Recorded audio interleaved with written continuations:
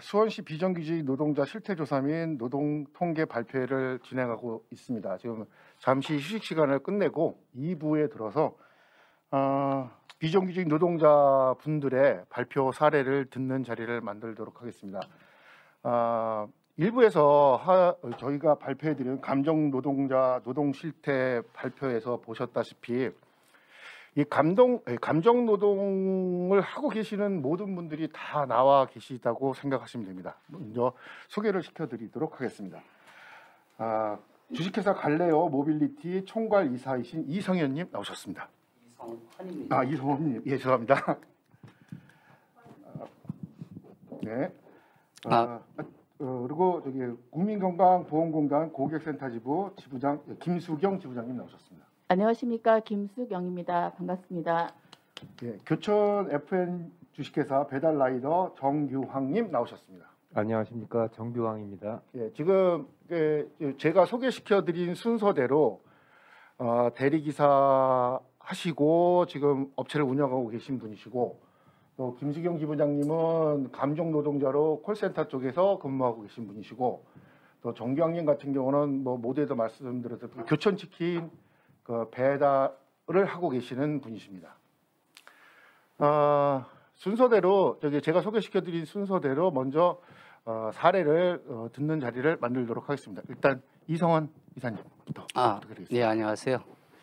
제가 아까도 인사를 드렸는데 13년을 대리 기사로서 이제 현장에 있고요. 지금 오늘 이 순간도 대리 기사. 대리운전이 보통 일반 대리와 법인 대리 이렇게 두 가지로 분류가 되는데요. 전 지금 소속이 좀 법인 대리로 근무를 하고 있습니다.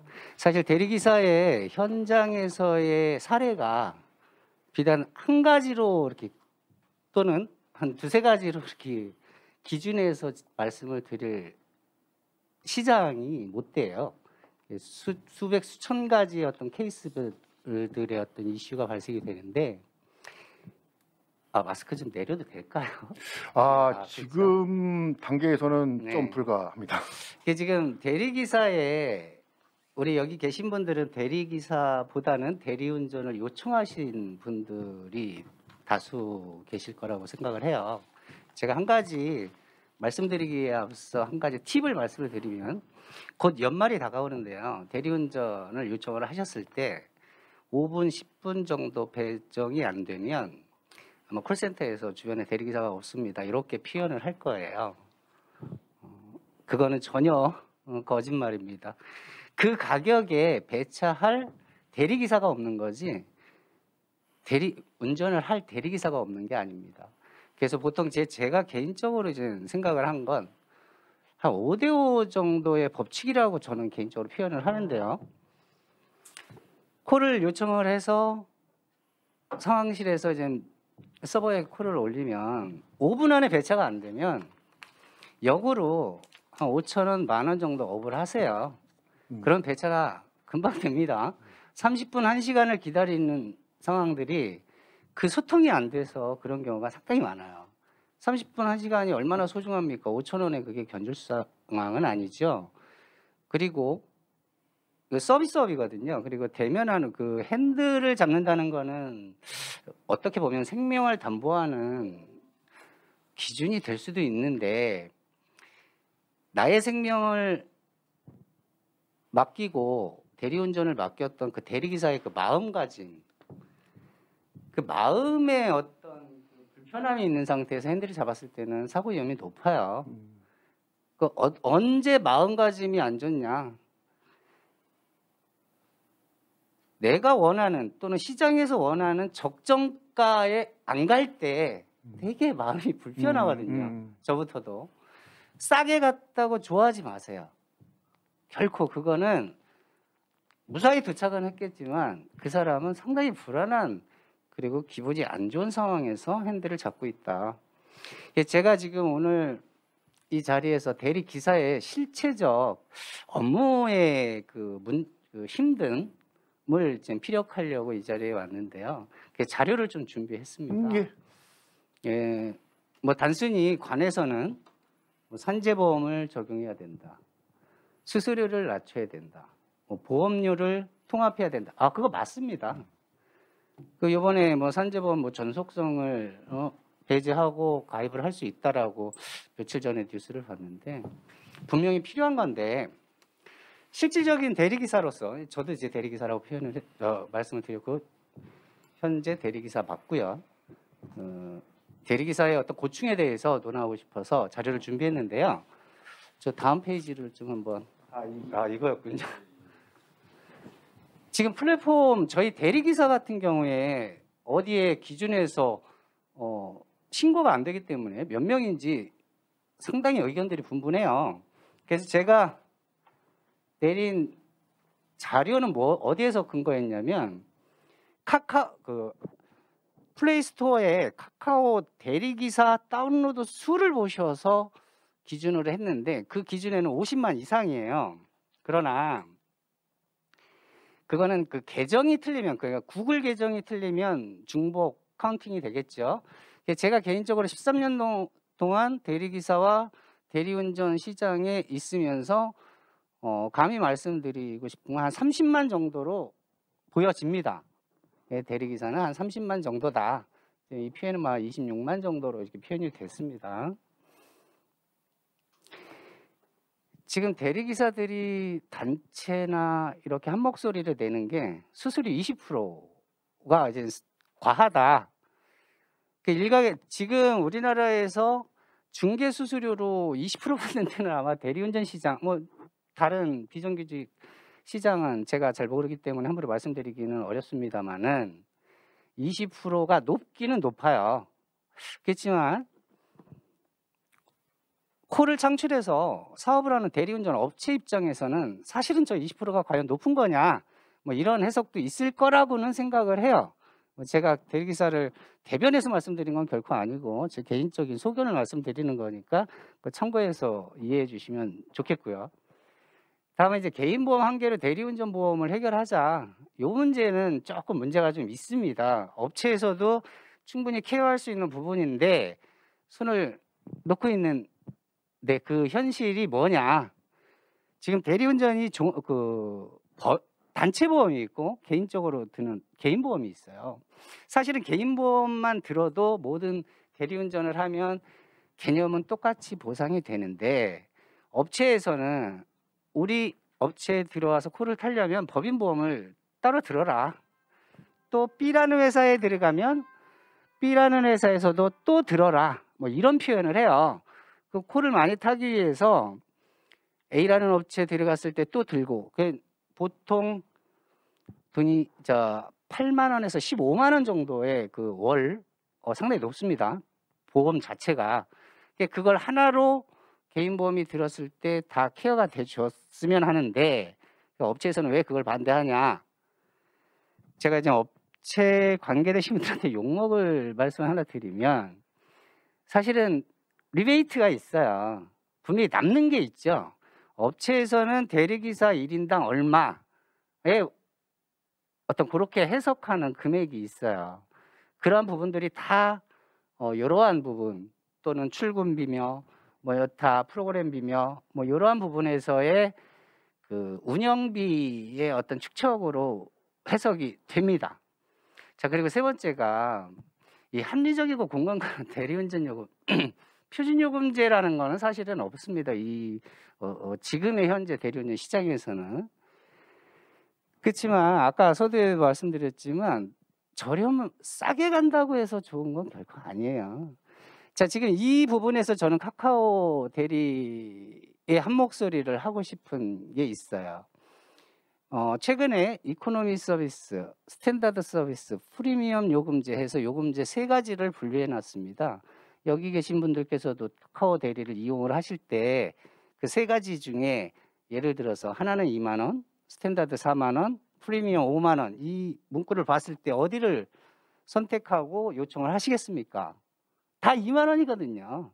그러나 그 밑에 뭐라고 써있냐면 저렴하지만 긴 대기 시간이 요한다. 스탠다드는 빠른 배차, 프리미엄은 양복 입고 도어 서비스 해주는 어떤 그 정장 대리 이런 식의 기준을 냈는데 결과적으로 이코노미를 선택을 한단 말이에요. 그게 그 정책이 나오기 전과 비교했을 때 대리기사들이 피부적으로 느끼는 요금의 하락은 한 30% 정도 같아요.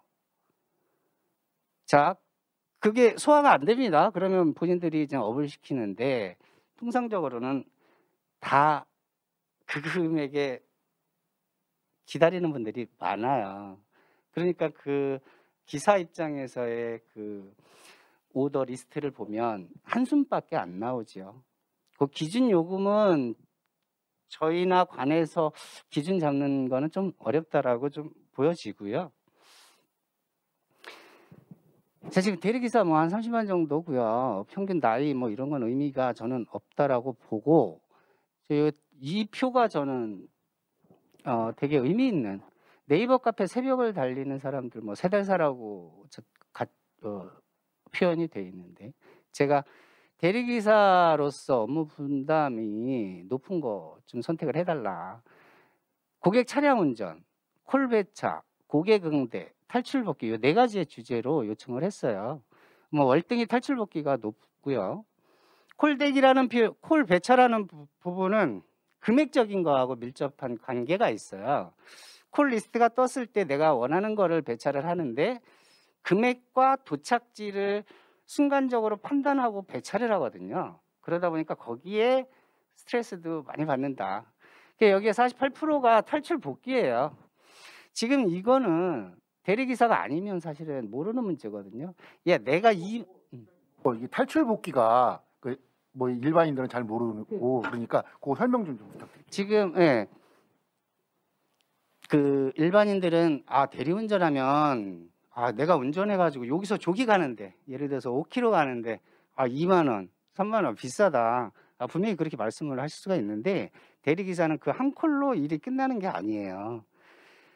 그게 생계를 유지하기 위해서 새벽 4시까지 또는 아침 첫 차 나올 때까지 이렇게 진행을 하는데 그러면서 발생되는 상황들이 탈출과 복귀. 사실은 수원 인계동에서 콜이 많이 나오잖아요. 그 음식점이나 술집이 많기 때문에 거기에서 이제 고색동이나 오목청동을 갑니다. 자, 그쪽에서 와야 되는데 버스가 있을 때 탈출 복귀의 개념은 아니에요.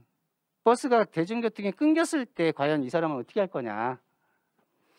어떻게 할 거냐? 그쪽에 콜이 나온다라면 그쪽에서 배차를 하고 가야 되는데 요즘 코로나19로 9시, 10시 되면 스톱이에요, 거의. 그 상황에서 12시 넘어가서 1시 넘어가서 대중교통이 끝났을 때 과연 어떻게 할 거냐? 지금 현재 운영되고 있는 대리기사님들을 실어 나르는 셔틀이라는 게 자생적으로 생겼어요. 셔틀 차량은 뭐 일각에서는 뭐 유상원 수법 위반이다, 불법이다, 뭐 싫어하는 사람도 있겠습니다. 그렇지만 그걸 이용해서 복귀해서 다시 새로운 한 콜을 타든가 또는 집으로 복귀하기 위해서 현실적으로 상당히 탈출 복귀에 해결을 해주는 자생된 시장입니다. 이게 위법이다 불법이다 또는 좋다 안 좋다는 제가 말씀드리고 싶지는 않고요.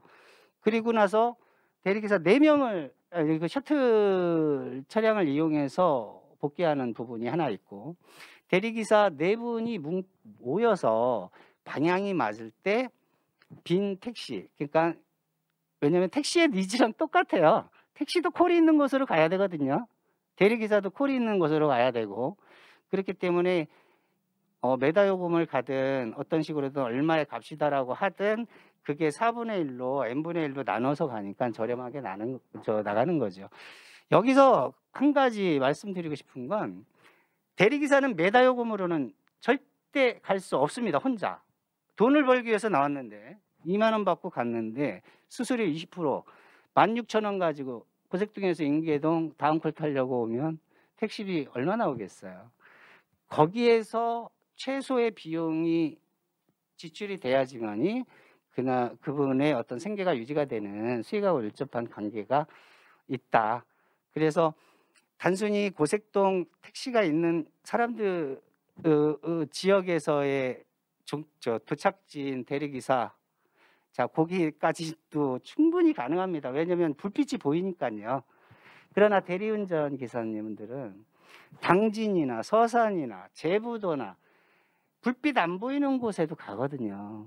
그런 분들은 어떻게 탈출을 하냐? 택시 절대 못 하죠. 자고 올 상황도 못 됩니다. 그거 당연한 거예요.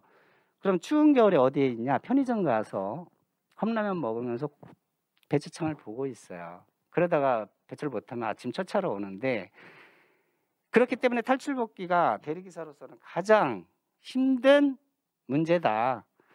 그래서 사실 저희가 대리운전을 13년을 하면서 한때는 여주에 새벽 3시쯤에 도착을 했는데 편의점에 제가 이제 들어갔어요. 당연히 추위를 피하려고. 그래서 기사님들이 3, 3, 5 옵니다. 이제 방향을 맞추는데 안 맞아요. 왜냐하면 4명이면 10,000원씩 정도면 이쪽 서울 택시를 잡든 그 용인 택시를 잡든 수도권 안으로 들어와야 되거든요. 안 되더라고요. 근데 어떤 분이 5만 원을 받고 여주에 들어왔대요, 용인에서. 근데 내일 출근을 해야 돼. 이분은 투잡이거든요. 분명히 가야 돼. 근데 출근을 해야 되니까 택시비 얘기했더니 56,000원 정도가 나온다고 하더라고요. 그분 5명, 그분은 5만 원이라도 가야 된다 그래서 5만 원에 합의를 봐줬어요. 여주 택시랑. 여주 택시는 그때 당시에 당연히 그 손님이 없기 때문에 5만 원이라도 용인까지 오는 상황. 그래서 그 나머지 분들은 그 5만 원 중에 15,000원, 그러니까 5,000원씩 분담을 해서 저 포함해서. 왜? 저희는 목적이 용인을 가야 되는 목적이 아니거든요. 첫 차를 타고 와도 되는 상황인데, 그러니까 그런 식의 합리적인 탈출의 그 노하우가 생기는데, 그분은 이제 5만 원에 왔다가 5만 원 내고 왔습니다. 10,000원의 수수료는 빠졌겠네요. 그런 게 현실이고요. 오면서 제가 이 빈 택시와 대리기사 간에 매칭이 되면 탈출도 빠르고 빈 택시는 수입원도 창출이 되겠다. 한번 만들어 보자.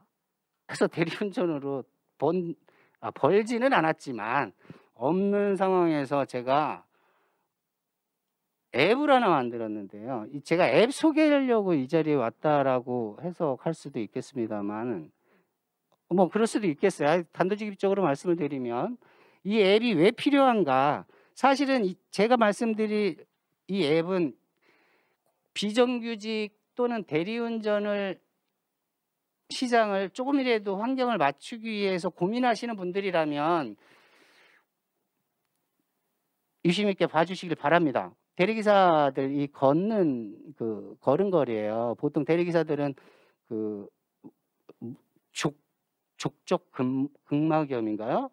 무릎이나 발바닥이나 상당히 아파요.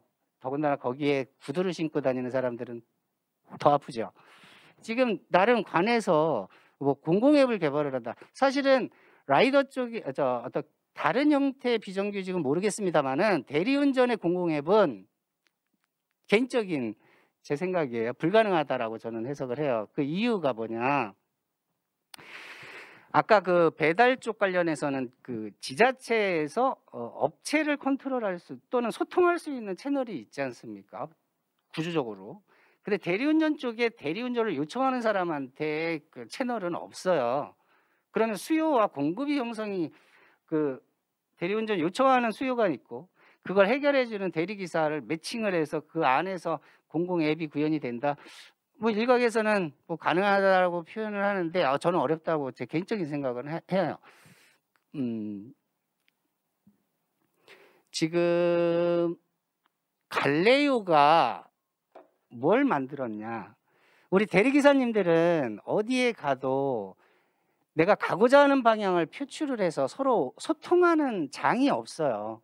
카카오가 맨 처음에 출범을 했을 때 카카오 대리기사 화면이 보였고 그 위에 뭐 군포면 군포, 안양이면 안양, 수원이면 수원 이렇게 써 있었어요. 그래서 그거를 쫓아갑니다. 걸어서 그 사람 있는 곳으로. 왜? 목적은 하나예요. 같이 탈출하자. 같이 n분의 1로 조금씩 더 혼자 탈출하는 것보다 비용이 적게 들어가니까. 근데 그게 없어졌더라고요. 어느 순간. 그래서 기사님들이 가고자 하는 목적지를 입력을 하면 그게 모든 대리기사들한테 소통이 됩니다. 표현이 돼요, 위에. 그리고 빈 택시도 타지에 갔을 때 타지에서 본인 영업지로 가야 되거든요. 왜냐하면 타지에서의 관내 영업은 그 위법한 그렇게 영업을 하면 안 되는 거로 명시돼 있으니까. 그러면 내가 서울에서 강남에서 손님을 모시고 수원 인계동으로 왔던 택시가 새벽 1시 넘으면 빈 택시입니다. 거의. 지금 특고직 그 택시 기사들의 수입을 어떻게 하면 올려야 되는지 고민해야 되는 그 어떤 그 관 쪽에서 그분들이 와서 나 강남이라고 입력을 해놓으면 주위에 강남 가고자 하는 기사들이 안심번호로 전화가 가능하고 톡 던지기를 통해서 톡을 실시간으로 할 수가 있어요. 그래서 4명이 이렇게 뭉쳐서 같이 탈출하자. n분의 1로. 뭐 이런 취지로 무상으로 무료로 제공을 하고 있는데 지금 제가 특별한 홍보 없이 2개월 만에 1,200명이 동참을 해주셨어요. 사실은 제가 대리운전을 한 거 가지고 생활을 유지하고 있거든요. 어려운 여건에서 시장은 다 닦아놨습니다. 이제 이 부분이 과연 그 시관계 쪽에서 이 부분이 이제 비정규직의 대리 기사님들한테 어떤 효과가 있는지에 대해서 좀 한번 같이 고민을 해봐 주기를 마지막으로 바라면서 제 발언을 마치겠습니다. 네. 말씀을 예, 예. 드려도 될까요? 탈출복귀의 개념에 대해서 잠깐 제가 보완 설명을 드릴게요. 일단 손님이 부르면 대리기사님은 거리에서 대기를 하고 있다가 그 손님을 태우고 그 장소로 가잖아요. 근데 그 장소가 다른 시가지일 수도 있지만 대부분은 밤중에 가시는 분들은 택시나 버스가 잘 안 가니까 대리기사님들 또 부르시기도 할 거예요. 이를테면 화성 뭐 아주 구석진 곳에 간다. 그러면 다시 타고 나올 차량이 없는 거예요. 뭐 그런 상황에서 어떤 분들은 뭐 몇 시간씩 산길을 걸어서 내려왔다. 깜깜한 불빛에 핸드폰 이 후레쉬 켜고 내려왔다. 뭐 이런 얘기도 많이 하시거든요. 그래서 이분들이 자신의 영업지에 다시 돌아가기 위한 차편이 필요한데 그래서 자생적으로 생겼다는 그 셔틀을 말씀을 해주신 거예요. 보통 봉고차 뭐 이런 거 미니버스 뭐 이런 거 해서 다니는데 꽉꽉 차서 다니고 있고요. 사실 그 영업이 불법이에요, 현재는. 근데 거기 만약에 그 셔틀에서 사고가 난다. 이 사고가 날 가능성도 많은데 워낙 많이 타시고 야간에 운전을 하다 보니까 근데 그렇다면 또 책임 소재가 어떻게 될지 굉장히 난감한 상황이 되거든요. 근데 그런 상황에서 이제 이성원 선생님을 제가 FGI 하면서 만나게 됐는데 지금 방금 설명해 주신 관리료 같은 거는 이제 홍보하기에는 제가 적절치 않아서 말씀을 안 드렸는데 혼자 지금 서버 비용을 다 부담하면서 운영하고 계신 상황이에요. 그래서 사실은 사회적 기업이나 뭐 이런 거 하면 참 적절할 것 같은데 제 생각에는 그래서 말씀을 못 드리는 부분은 있지만 기왕에 말씀 주셨으니까 일단 얘기를 좀 해보고요. 지금 금방 얘기해 주신 케이스처럼 5만 원에 갔다가 수수료 빠지고 다시 5만 원에 올라오는 지역으로 하시는 분들은 사실 카카오 대리 하나 깔고 하시지만 뭐 로즈나 뭐 이런 거 깔고 하시는 분들은 되게 광역으로 다니시는 분들이 많거든요. 그럼 기차 비용이 안 빠지는 때도 있어요. 그런 상황에서 일하고 있다는 거 이제 보완적으로 말씀을 드리겠습니다. 제가 그 셔틀 차량을 탔다가 교통사고가 나서 병원에 누워 있었던 케이스가 있어서 네, 마이크. 제가 셔틀 차량을 이용하다가 교통사고가 나서 병원에 누워 있었던 케이스가 있어서 말씀을 좀 드릴게요. 지금 대리 셔틀 부분의 위험성은 어디에서 비롯됐냐면 빨리 이동하는 거에서 비롯되더라고요. 그러니까 신호를 상당히 많이 무시를 합니다. 제가 탔는데 6명이 탔는데 신호 무시하다가 받았어요. 보험 처리를 해야 되는데 유상운송 특약을 가입을 안 했더라고요. 그래서 책임보험 한도 내에서만 케어가 된다라고 해서 어떤 100% 완쾌가 되기 전에 그 부분만 케어하고 나왔습니다. 그러니까 근데 비단 이렇게 저희가 어떤 그 충격에 의한 사고 정도는 약해서 괜찮은데 지난번에 용인 분당에서 한 사람이 죽었거든요. 그래서 꽝 했는데 뒤에 한 분이 있는데 뒤에 계신지를 모르고 몇 명이 탔는지를 모르니까 다치신 분들만 빼고 한 분은 나중에 차 정비소에서 발견을 해서 이제 뉴스에 한번 크게 난 적이 있었는데요. 뭐 그런 사례 있을 때에는 뭐 민사적인 부분 외에 보험적으로 해결이 될 소지가 없는 거죠. 그리고 단체 보험에 대해서도 시간을 깎아먹어서 죄송합니다. 제가 한 1분 정도만 네. 쓰겠습니다. 그 단체 보험에서도 아까 말씀을 해주셨는데 지금 현재 그 프로그램 업체들에서 단체 보험을 가입을 하기를 강요를 하고 있어요. 이를테면 어떤 시스템으로 돌아가느냐 하면은 소속된 그 운전자분이 대리운전기사분이 100분이 있다. 그러면 50명분만 일단 받아요. 모든 운전자가 사고가 나지는 않을 것이기 때문에 어느 정도 50명 정도가 소속이 되어 있다고 하고 50명 안에서 사고가 나면 이제 해결을 하죠. 근데 50명치를 하면서 조금 더 높게 책정을 하지만 그 보험사 측에서는 100명 해야 될 거를 좀 낮게 책정을 해주는 식으로 이제 이게 수요가 맞아버리는 거죠. 그러면 그 남는 돈은 그러니까 100명 체결해야 될 것을 50명 체결함으로써 남는 돈은 이제 리베이트로 들어간다. 저도 확인은 못했지만 그 많은 대리운전 기사분들에게서 소문으로 이렇게 듣고 있습니다. 네, 그렇게 되어 있다는 거 이제 구조에 대해서 다시 설명을 드렸습니다. 네, 두 분 말씀 감사하고요. 우리 이성현 이사님께서는 자료 준비를 거의 토론자 수준으로 이렇게 준비하셔가지고 깜짝 놀랐습니다. 어쨌든 이 대리기사와 관련돼 가지고 저희가 몰랐던 부분들 좀 알게 됐으니까 고맙다는 말씀 전해드리겠습니다. 그리고 처음에 저희가 김수경 지부장님부터 토론을 진행하려고 했었으나 지금 정규왕 라이더님께서 한참 이제 콜이 들어올 시간이다 보니까 먼저 그 사례 발표를 하는 걸로 좀 진행하도록 하겠습니다. 네, 감사합니다. 잠깐만, 제가 이거 뭐 비정규직이나 아니면 감정 노동자, 특히 라이더분들이나 대리 기사님들한테 항상 얘기하는 건데 요새 어때요? 뭐를 말씀하시는 거죠? 구체적으로. 장사가 잘 되시는 건지 돈을 많이 버시는 건지. 아, 그러니까 항상 물어보는 게 저도 이제 뭐 택시 노동자나 버스 노동자나 노동자들 만나면은 항상 요즘 코로나 시기에 많이 여쭤보는 게 요즘 어때요? 이거거든요. 그게 이제 사례 발표를 이제 시작하시는 멘트입니다. 거의 반으로 줄었다고 봐야죠. 그래요? 실질적으로요. 예. 배달하는 쪽에서는 이게 코로나 바이러스 때문에 이쪽은 좀 활성화되지 않을까라는 그런 생각들을 하시는데 그렇지도 않더라고요. 예. 매장에서는 매출이 많이 줄었고 그로 인해서 배달하는 사람들도 그 배달 횟수가 줄어들었죠. 요즘에 2단계 되면서 약간 그 반응이 좀 좋게 오기는 해요. 9시면 귀가를 해야지 되니까 9시 이후에 배달 그 주문 오는 것들은 많이 있습니다. 그 저희들이 일반적으로 생각할 때는 지금 뭐 진입 장벽도 낮은 데다가 그 도로에 이제 오토바이 타고 다니시는 분들 많고 자전거 타고 다니시는 분들 전동 퀵보드 타고 다니셔가지고 가방 하나씩 메고 다니시는 분들이 많아가지고 네네. 그쪽 시장이 좋으니까 그쪽으로 넘어간다라고 생각을 했었거든요. 글쎄요. 일단은 그 코로나 바이러스 이후에 전직을 하거나 그 직업을 다시 구하는 그런 분들이 오토바이를 타고 하면은 이건 조금 쉽겠다라고 생각을 하니까 쉽게 이제 그 달려들죠. 들어가는 문은 쉽죠.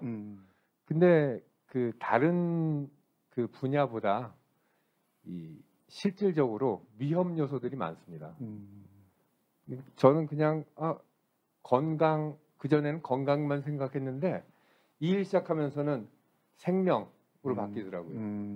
물론 돈을 위해서 뛰어들었지만은 그 요소에 그 사고의 팩터들이 참 많이 있어요.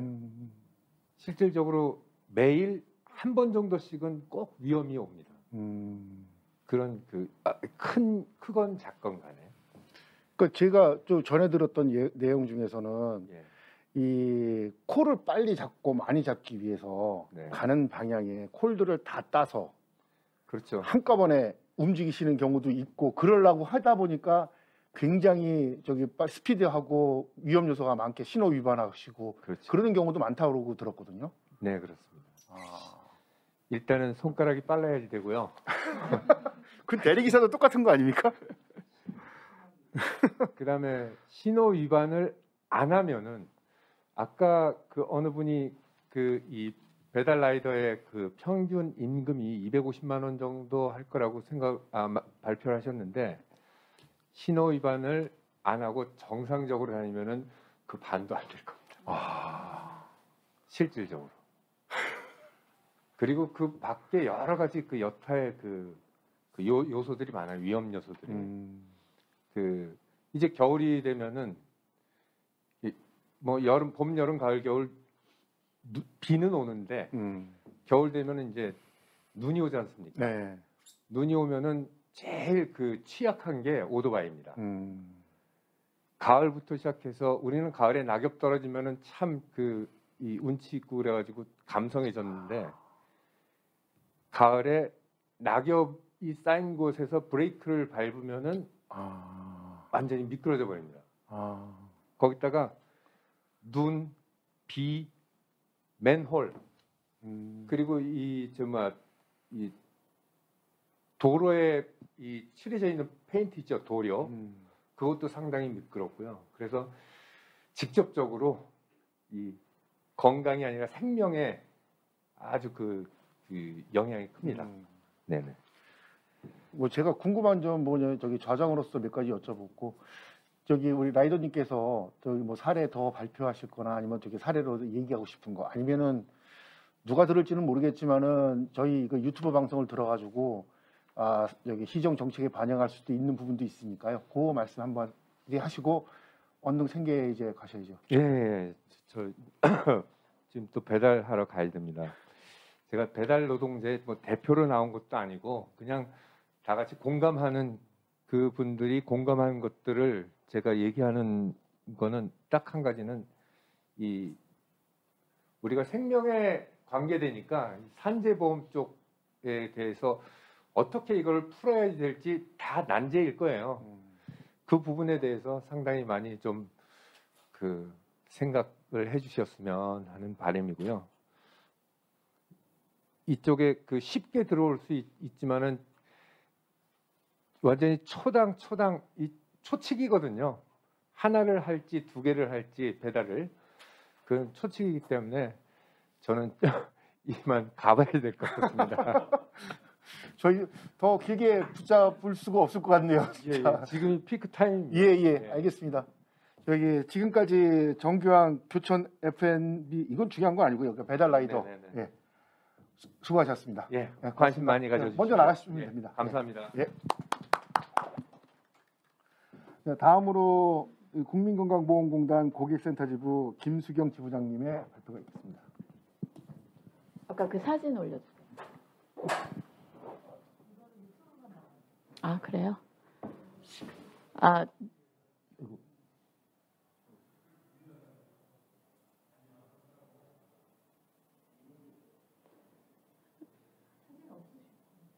네네네. 네. 유튜브로 나간다니까 제가 말씀으로 대신 드릴게요. 사실은 제가 지금 일주일째, 일주일이 아니죠. 한 달 반 정도 지금 원주에서 계속 시위를 하고 있다가 오늘도 1시까지, 원래는 1시 반까지인데요. 우리 동지들 남겨놓고 제가 30분 정도 먼저 이제 접고 여기로 왔는데, 오늘 아침에 있었던 시위 사진 하나 보여드리려고 했어요. 그 보여드리는 이유는 뭐 저희 다른 홍보나 이런 게 아니라 이게 정규직과 비정규직이라는 차이가 얼마나 큰지를 보여주고 싶었습니다. 저희 공단이 지금 원주로 가 있는데 가보시면 저 혼자 서 있잖아요. 시위하려고. 그러면 사진을 멀리서 찍으면 숨은 그림 찾기예요. 사람이 서 있는지 안 서 있는지 모르는 정도로. 그래서 정규직과 비정규직이라는 개념은 제가 학교 졸업하고, 그러니까 그 20대 학교 졸업하고 취업을 했을 때는 없던 얘기거든요. 그리고 제가 처음에 이 고객센터 근무할 당시에도 내가 비정규직이라는 생각을 해본 적이 없어요. 그런데 시간이 지나고 어느 날부터 저는 정규직인 것 같은데 남들이 말하기를 너는 비정규직이다 이렇게 얘기를 하더라고요. 그래서 비정규직의 개념을 보면 다 접어놓고 차이, 차별이라는 거로 저는 생각을 하거든요. 그 정규직은 이렇고 비정규직은 저렇다는 게 업무에 관한 차별이나 장벽을 얘기하는 게 아니고 처우, 임금, 가치의 인정 이런 것들에 관한 차이. 우리는 쉽게 말하면 차별이라고 하죠. 그래서 제가 작년에 저희 노동조합을 설립을 했는데 그때 당시에 생기기 이전하고 생긴 후가 완전 달라요. 그냥 뭘 하지 않아도 생겼다는 이유 하나만으로도 고객센터는 많이 달라진다. 왜냐하면 이 고객센터 노동자들은 그 비정규직 우리 흔히 말하는 차별받는 비정규직은 그 인권이나 인격이나 생명 존중이나 뭐 이런 거에 관한 개념이 없는 사업장에서 일을 하기 때문에 사업주들은 끊임없이 그들을 노동 착취를 하거든요. 사실은 이 노동 착취란 말도 저희 관심을 갖기 전에는 내가 착취를 당하는지 아니면 그게 내가 진짜 내가 노동 그 월급을 받는 직장인으로서 해야 될 도리라고 생각했던 거예요. 그래서 회사가 요구하는 거는 당연히 내가 월급을 받으니 해야 되는 거지라고 생각했던 부분들이 나중에 알고 보니 법 위반 사항이고 전부 다 처벌 대상이고 인권, 인격 다 무시한 어떤 굉장히 위법적인 행동들이었다.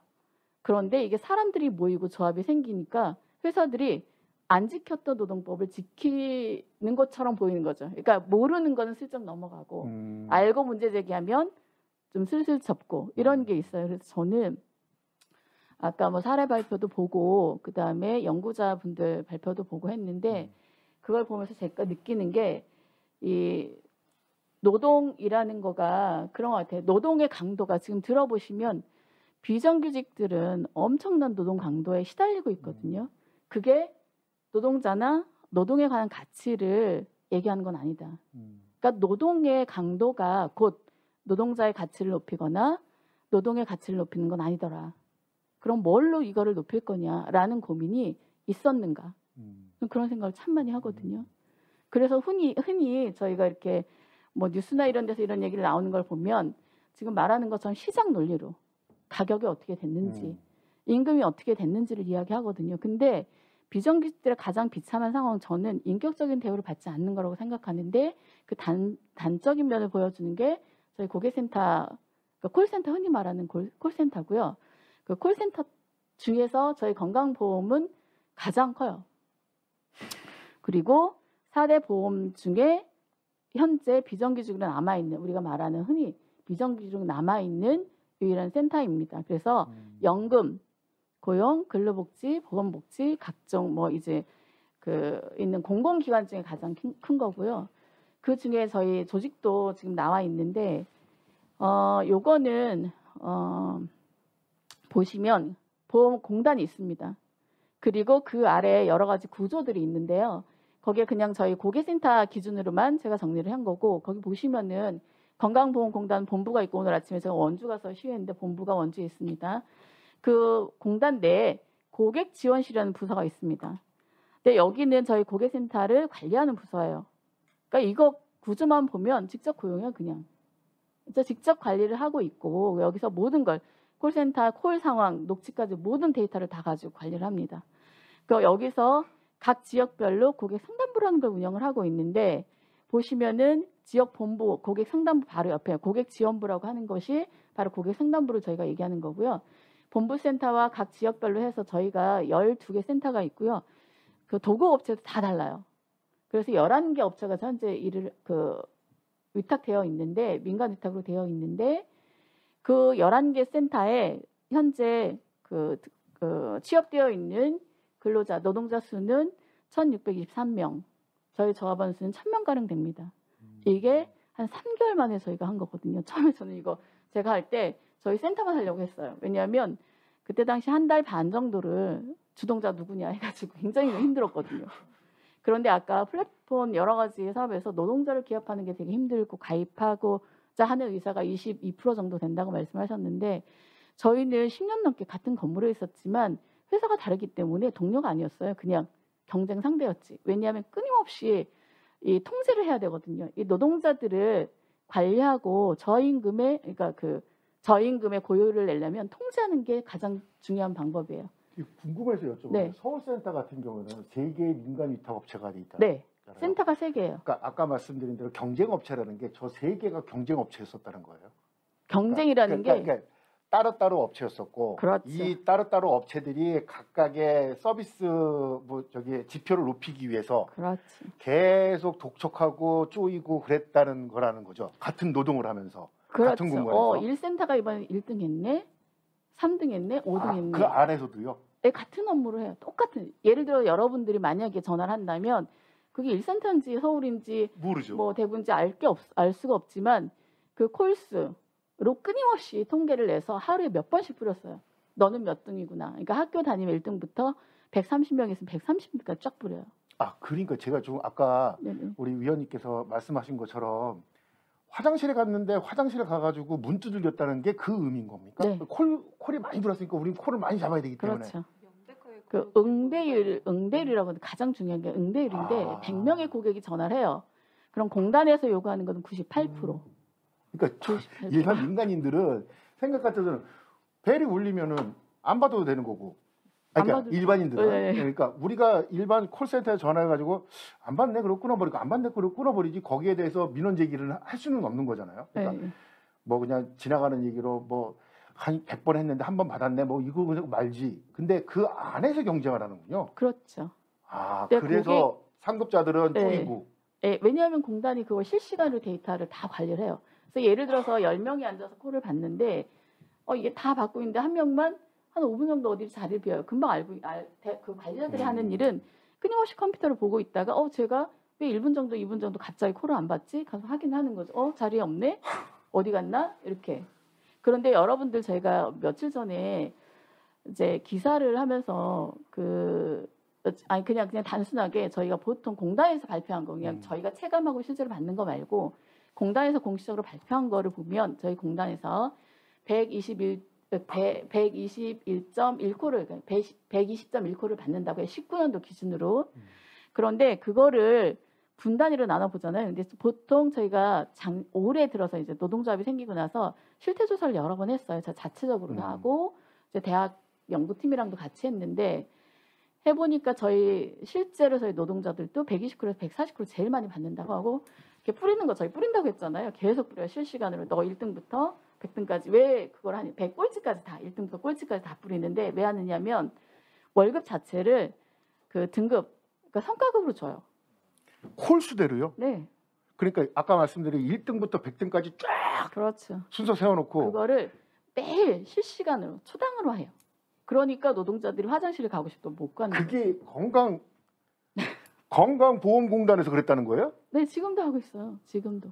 신체적으로 방광염이 오는 이유 중에 하나가 네. 그거죠. 이제 그런데 자꾸 참고 하니까. 140콜 받는다고 따지고요. 저희가 전화를 끊잖아요. 끊고 나서 제가 뭘 누르고 이렇게 안 하고 그냥 바로 받는다고 치고 0.1초도 그냥 하지 않고 받는다고 치고 한 콜당 4분이 넘으면 안 돼요. 그러니까 여러분이 한 전화를 콜당 해가지고 4분이 넘다 안 와야 된다는 게 통화 무슨 시간. 얘기예요? 한 사람이랑 한 사람의 고객과 통화하는 시간이 4분 이상이 되면 안 되는 거예요? 안 되는 거예요. 그럼 다 친절하게 와요. 하는 것도 아닌 거네요? 할 수가 없죠. 왜냐하면 만약에 저희가 기준은 공단에서 요구하는 건 2분 30초. 아니 2분 30초면은 뭐 질문하다가 끝날 것 같은데? 그렇죠. 그런데 저희 공단에 전화해 보시면 아시겠지만 연결도 힘들지만 연결하잖아요. 개인정보로 물어봐요. 네. 왜냐하면 이게 저희 공단은 데이터가 4대 보험이 제일 많아요. 왜 그러냐면 거기 징수. 제가 맨 위에 보시면 이쪽으로 지금 넘겨주시면요. 보험 가입자 현황이라는 게 있습니다. 거기 보시면 20년도 현재 대한민국 인구수를 제가 써놨는데 이건 최근에 제가 확인을 한 내용이고 지금 5천만 인구 맞나요? 거기서 그렇게 치고 총 가입자 수를 보면 외국인 포함해서 5천만 거의 비슷하죠. 왜 그럴까요? 태어난 순간 자동 가입이에요. 자동 가입. 그러면 언제 탈퇴할 수 있냐? 뭐 별 사람 다 있어요. 나 탈퇴하겠다 얘기하는데 절대 탈퇴 못해요. 국적 상실, 사망 가능하죠. 탈퇴. 그러니까 내가 탈퇴하고 싶다고 탈퇴하거나 가입하고 싶다고 가입하는 게 아니거든 절대. 그러니까 우리 근로자가 1,623명이 이 콜을 소화하는데 전 국민의 콜을 다 받고 있는 거예요. 그 중에 한 명이라도 그 사람들이 하루에 한 번의 전화를 한다고 치면 우리 그 노동자들이 공단 직원이 13,000명이 일을 해놓은 거를 1,623명이 다 소화하고 있는 거예요. 그런데 이거는 저희가 그냥 그 밑에 보시면 총 가입자 수고요. 장기 요양 업무나 뭐 이런 걸 보시면 어마어마하거든요. 저희가 공단에서 발표한 것만 그냥 1,600가지 이상을 해요. 한 사람의 상담사가 안내해야 되는 내용이. 그럼 이게 그냥 우리가 단순히 내 마음대로 상담하는 게 아니거든요. 법과 제도에 맞춰서 정확하게 안내를 해야 되기 때문에 데이터 자체가 엄청 많아요. 예를 들어서 여러분들이 건강보험공단에 전화를 하시면 인사말이 건강보험공단 상담사라고 얘기를 하지만 실제로 저는 휴네트 직원이고 누구 직원이 다 달라요. 근데 여러분들은 건강보험공단의 직원인 줄 알고 전화를 해요. 근데 제일 먼저 당황스러운 게 뭐냐면은 여러분들 뭐 주민번호 등등하 개인정보를 다 확인합니다. 그럼 여러분들이 그거를 다 확인하는 순간 저희가 볼 수 있는 정보의 양은 여러분들이 상상하는 거 이상이에요. 예를 들자면 제가 전화를 하잖아요. 그럼 어디 사는지 주소 정확하게. 그러니까 주소의 변동 다 볼 수 있고요. 가족 상황 다 볼 수 있고 나의 재산 상태, 그 다음에 소득, 그 다음에 자동차는 뭘로 바꿨고 언제 등록했고 내 가족들의 그 전부 다 똑같이 소득, 재산 다 봐요. 그리고 이력, 자격 이력, 그러니까 예를 들어 내가 직장 가입자인지 지역 가입자인지 그다음 어떤 직장에 다녔었는지 내가 교도소는 언제 들어갔다 왔는지 국가요금청 언제 됐는지 출입국은 언제 했는지 뭐 여러분들이 궁금해하시는 거 다 알 수 있어요. 근데 여러분들은 개인정보를 이게 공단에 직접 관리하지 않고 다른 외주 업체가 관리하고 있다고 생각하면 저는 하고 싶겠어요. 저는 실제로 저희 고객센터 근무하시는 분들은 아마 고객센터로 전화 안 할 거예요. 건강보험이라면 그러니까 그 정도로 심각하다. 그래서 저희가 이게 다른 데는 모르겠지만 제가 이 노동조합을 하면서 가장 우리 조합원들한테 얘기하는 거는 그리고 그만큼 또 업무량이 엄청나요. 그래서 저희가 전화를 받다면 감정노동에 관해서 말씀을 드리면 실제로 그 정보에 관한 불만이나 공단에 관한 불만을 끊임없이 험한 말을 욕을 하면서 저희한테 뭐라고 하냐면 너한테 하는 말 아니야. 공단에 하는 말이야. 너한테 하는 말 아니야. 정부한테 하는 말이야. 뭐 누구 뭐 대통령 이름인데 누구한테 하는 말이야. 이렇게 얘기하면서 뭐 험악한 말을 해요. 언젠가 제가 그런 말씀을 드렸어요. 알겠다. 그렇지만 듣는 나는 너무 가슴 아프고 너무 슬프다. 그랬더니 아무 말 못 하더라고요. 그러니까 끊임없이 그런 걸 하고요. 또 어떤 고객은 이런 고객이 있어요. 예를 들자면 화가 나잖아요. 막 욕을 하죠. 그런데 예전에는 그 감정노동장 보호해가지고 왜 험한 욕을 하지 마 이런 게 나오잖아요. 그 전에는 그럼 막 했잖아요. 요즘 그런 게 법적으로 어떻게 돼 이런 얘기들이 많이 나오니까 뭐라고 고객들이 얘기하냐. 니네 전화하자마자 그렇게 말을 하라고 했는데 네가 나를 화나게 하는구나. 너 욕 들으려고 거기 앉아 있는 거 아니냐. 이렇게 얘기를 해요. 그래서 내가 욕을 진짜 안 하려고 했는데 뭐 해야 돼. 뭐 이렇게 얘기를 한다든가 오히려 그걸 이용하고 조롱하는 거죠. 그런다든가 그게 제가 이 자료에도 일부 올려놨는데 저희 이런 공공기관의 고객센터 노동자들이 가장 어려운 거는 아까 말씀드린 것처럼 굉장히 뭐 업무가 많고 그런 것도 첫 번째 가장 어려워요. 그냥 임금이 저임금이다. 이거는 뭐 다 200만 원 그 안쪽이라는 게 똑같은 내용이니까 접어두고 가장 어려운 건 업무가 너무 과중하다. 풍선이 터질 때까지 하는 거예요. 예를 들어서 A라는 노동자가 견디다 못해 나가면 B라는 노동자가 올 거니까 상관없는 거예요. 공단은, 업체는. 그러니까 끝까지 견딜 수 있을 때까지 하고 얘 못 견디면 다른 애가 오면 되는 거예요. 그런 문제가 있고 그다음에 이게 고객한테만 받는 감정에 관한 그러니까 충격이냐 그게 아니고요. 조직적으로 오는 거죠.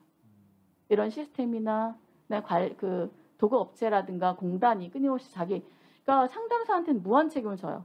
제도적인 문제, 시스템적인 문제도 고객은 무조건 상담사 책임으로 돌리거든요. 전화가 연결되든 안 되든 홈페이지가 고장 나든 안 나든 보험료가 잘못 나오든 안 나오든 하다가 뭔가 이 제도라는 거, 그러니까 공단의 업무라는 거는 저희가 자세히 안내는 해드릴 수 있지만 저희가 바꿔드릴 수는 없어요. 내 무한대로 욕을 하죠. 그리고 내 보험료 낮춰달라니까 너 그것도 못하는데 거기 뭐하러 앉아있니? 이렇게 얘기를 해요. 못하는 거죠. 그건 대통령도 못하고 어느 누구도 못하는 거지만 욕을 해요. 만약에 저희가 그거를 원하는 대답을 못하면 그렇게 얘기하죠. 그러려면 뭐하러 앉아있니? 부터 시작해서 너 말투가 이상하네? 그러면 그때는 뭐가 됐냐면 아무리 상담사가 잘 안내를 하고 끝까지 다 했어도 그래서 고객이 만약에 얘 말투 이상했어. 다 들어보면 상담사는 아무 잘못 안 했더라도 나 걔 말투 굉장히 마음에 안 들어서 올리잖아요. 그럼 업체는 그 점수를 까요. 점수를. 깐다는 말이 좀 무식해 보이지만 저희가 실제로 그러면 그걸 되게 무서워하죠.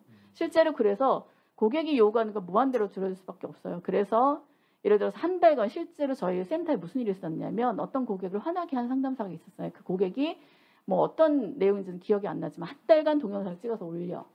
실제로 그래서 하루에 한 30분 그러니까 매일 그 상담사 교육하는 거를 동영상으로 찍어서 그 사람 메일로 보내는 거예요. 하루만 늦으면 연락이 오는 거죠.